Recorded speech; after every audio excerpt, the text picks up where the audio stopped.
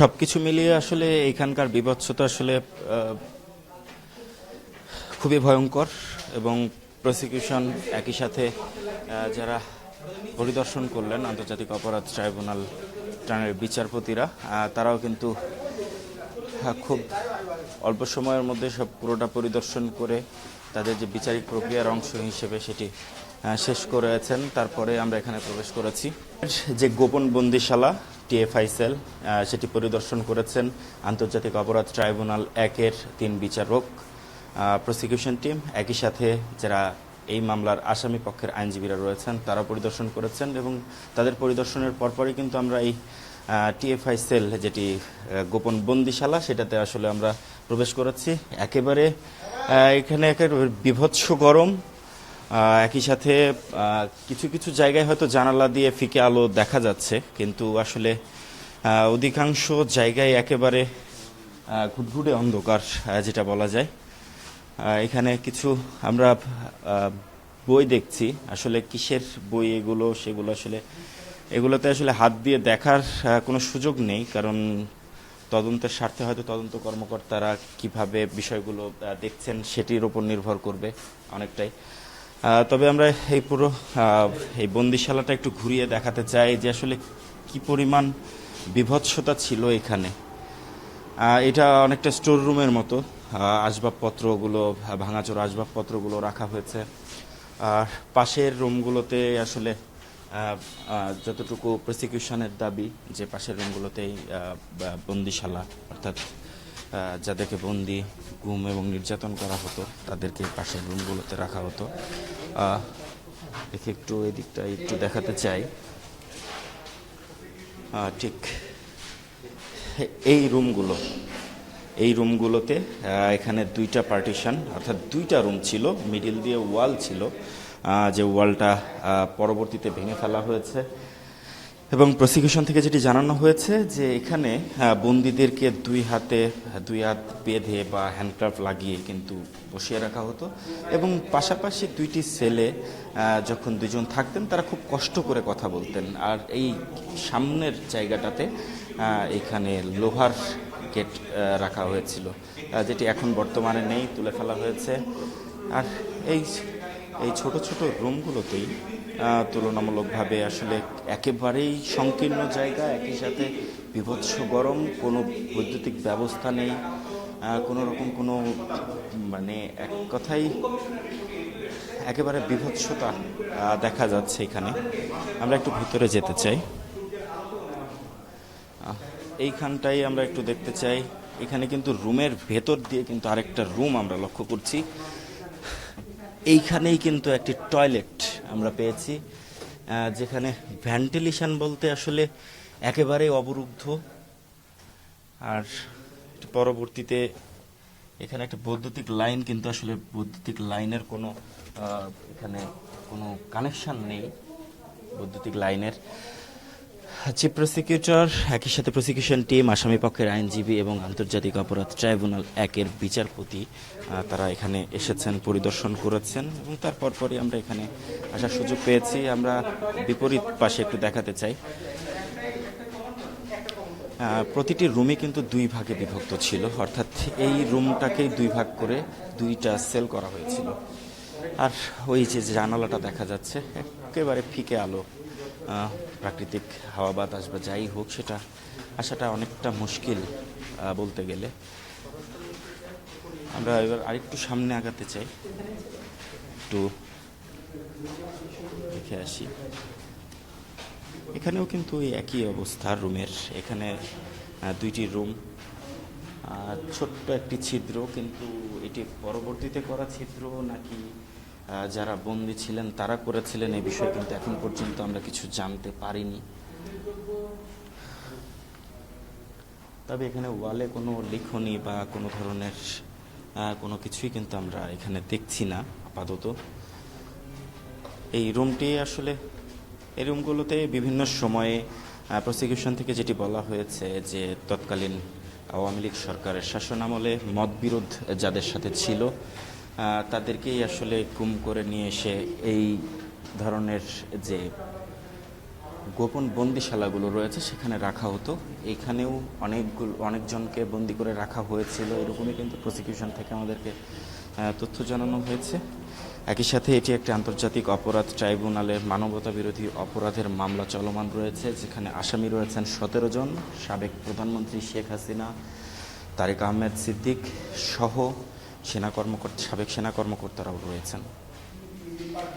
তো আমরা আরেকটু এবার সামনের দিকে যেতে চাই। আসলে আলোর স্বল্পতার কারণে হয়তো স্পষ্টভাবে পুরোটা দেখানো সম্ভব হচ্ছে না। ভাই লাইটটা কি একটু পেতে পারি? আচ্ছা, আমরা অপর পাশের এক বন্দিশালায় প্রবেশ করলাম। এখানে কক্ষ নাম্বার 01, অর্থাৎ 1 নম্বর কক্ষ এটি। একটু দেখ, 1 নম্বর কক্ষ এটি। আমরা 1 নম্বর কক্ষে প্রবেশ করলাম। এখানে একেবারে ধ্বংসস্তূপের মতো হয়ে আছে, বৈদ্যুতিক লাইনগুলো সব ছিঁড়ে ছুটে ভেঙে রাখা হয়েছে।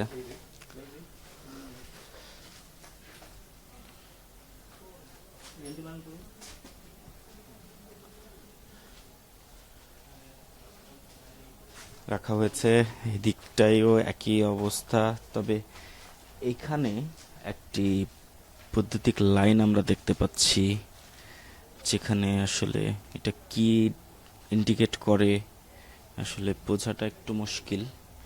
তবে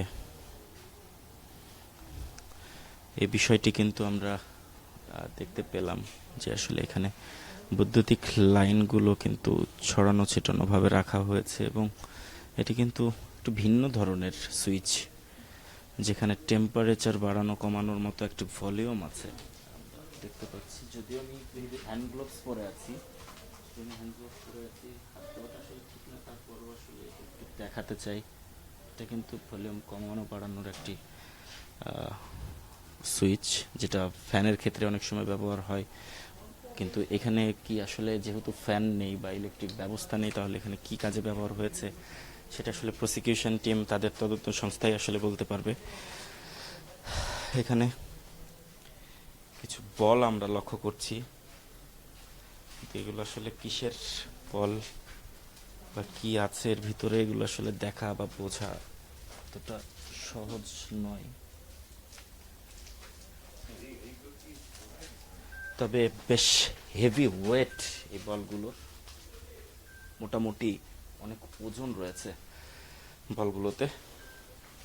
এখানেই একটা বৈদ্যুতিক লাইন আমরা দেখতে পাচ্ছি, কিন্তু সেটিও ভাঙাচোরা, নষ্ট। আমরা পাশের আরেক রুমে যেতে চাই। এই টিএফআই অর্থাৎ র্যাব 1-এর যে বন্দিশালাটা, আমরা আন্তর্জাতিক অপরাধ ট্রাইব্যুনালের প্রসিকিউশন টিম যে বন্দিশালাটি দেখেছিল, সেই বন্দিশালায় আমরা রুম নাম্বার 2 এবং 3 পাশাপাশি রুম।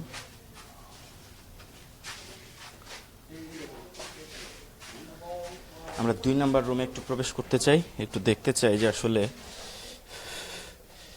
কি আছে। এখানেও কিন্তু মোটামুটি হারে কিছু আমরা বেল্ট দেখতে পাচ্ছি।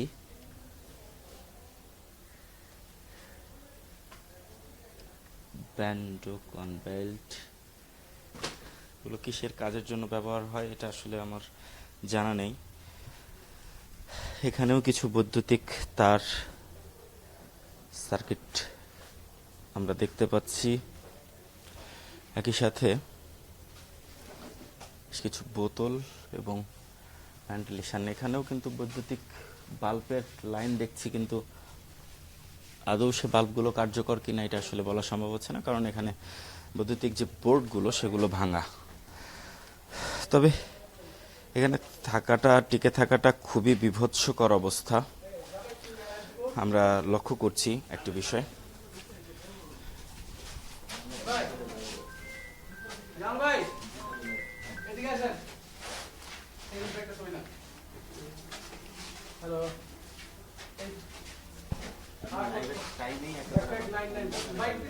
কারণ রেডি আছে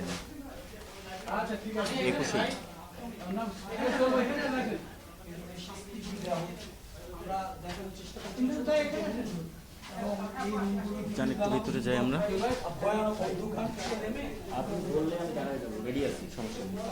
লাইনে থাকে, হ্যাঁ থাকে।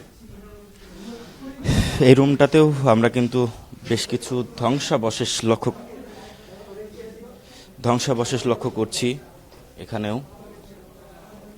যদিও আসলে এই রুমগুলোতে আসলে হয়তো একটি করে রুম রাখা হয়েছে, কিন্তু এখানে যেহেতু আমরা ডিভাইডার বা দুইটা রুমের কোনো দেয়াল দেখছি না, তাহলে হয়তো এগুলো একটি করেই রুম ছিল। বিভিন্ন সময়ে আসলে যারা বন্দিশালায় আটকে রাখা হয়েছে, যাদেরকে আটকে রাখা হয়েছিল তাদেরকে ঠিক এই রুমগুলোতেই রাখা হয়েছিল। প্রসিকিউশন থেকে আমাদেরকে এটি জানানো হয়েছে। একই সাথে এই রুমগুলোর যে আসলে বিভৎসতা, এখানে কিন্তু একেবারেই বৈদ্যুতিক কোনো ব্যবস্থা নেই, পাশাপাশি কোনো আলো বাতাসের সুযোগ নেই। এখানে যে বিষয়টি আমরা লক্ষ্য করছি যে একেবারে বিভৎস অন্ধকার। এখানে আসলে পুরো এই সেলটা ঘুরে দেখা খুবই কিন্তু দিনের পর দিন যে অভিযোগটি আনা হয়েছে যে দিনের পর দিন এসব বন্দিশালাগুলোতেই রাখা হয়েছিল বন্দি করে বিভিন্ন ভিন্ন মতাদর্শের মানুষদেরকে, যারা পরবর্তীতে আসলে আন্তর্জাতিক অপরাধ ট্রাইব্যুনালে তদন্ত সংস্থার মাধ্যমে এই বন্দিশালার সন্ধান পাওয়া যায় এবং পরবর্তীতে বাংলাদেশের অন্তর্বর্তীকালীন সরকারের প্রধান ডক্টর ইউনূস তিনি কিন্তু এই বন্দিশালা পরিদর্শন করেছেন এবং তারপরে আজকে আন্তর্জাতিক অপরাধ ট্রাইব্যুনালের বিচারপতি এবং প্রসিকিউশন টিম এটি পরিদর্শন করলেন এবং আমরাও পরবর্তীতে এখানে পরিদর্শনের জন্য প্রবেশ করেছি। প্রসিকিউশন থেকে আমাদেরকে দিক নির্দেশনা দেওয়া হচ্ছিল যে কোন রুমে কিভাবে কি করা হয়েছে। এই বিষয়গুলো আসলে এই পুরো রুম বা এই পুরো বন্দি সেলটি খুব বিভৎস, খুবই ভয়ঙ্কর। আলো বাতাসের কোনো সুযোগ নেই। আমরা এই পাশটাতেও একটি রুম দেখতে পাচ্ছি, রুম নাম্বার 4 অর্থাৎ কক্ষ নাম্বার 4।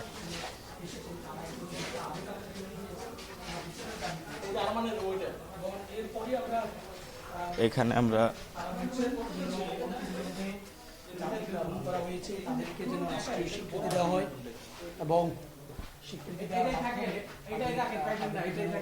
এটিও একটি ছোট কক্ষ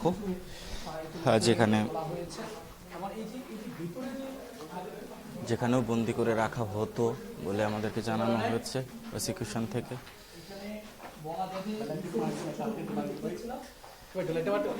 লাইট নাই।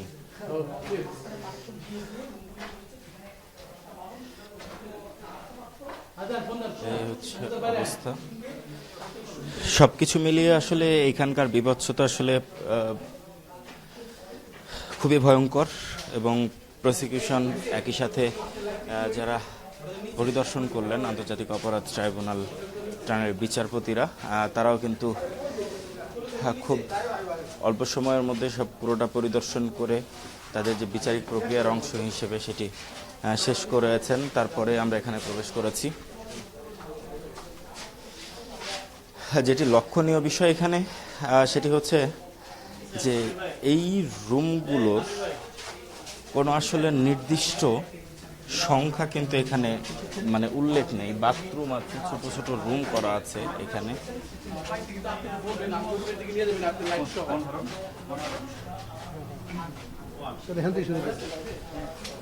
আমরা ওই কর্নারের রুমে রাখতে দেবো, ওই কর্নার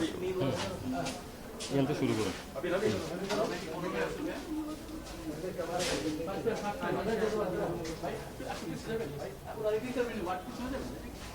ভাই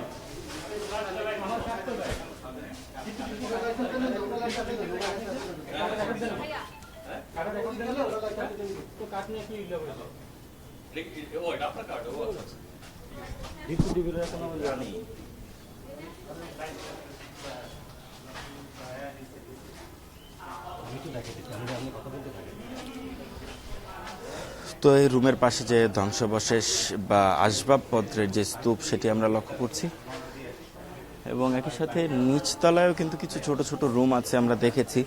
আস্তে আস্তে সবই আমরা পরিদর্শন করব। এখানে একটি বিষয় আমরা যেটি জানানো হয়েছে যে আন্তর্জাতিক অপরাধ ট্রাইব্যুনালের বিচারপতিরা এখানে পরিদর্শন শেষে আমাদেরকে যেটি জানিয়েছেন যে সব ধরনের এভিডেন্স তারা সংগ্রহ করতে চেয়েছেন এবং তারা সব ধরনের এভিডেন্স নিয়ে আসলে পুরো প্রক্রিয়া, বিচারিক পুরো প্রক্রিয়া সম্পন্ন করতে চান, এটি জানানো হয়েছে।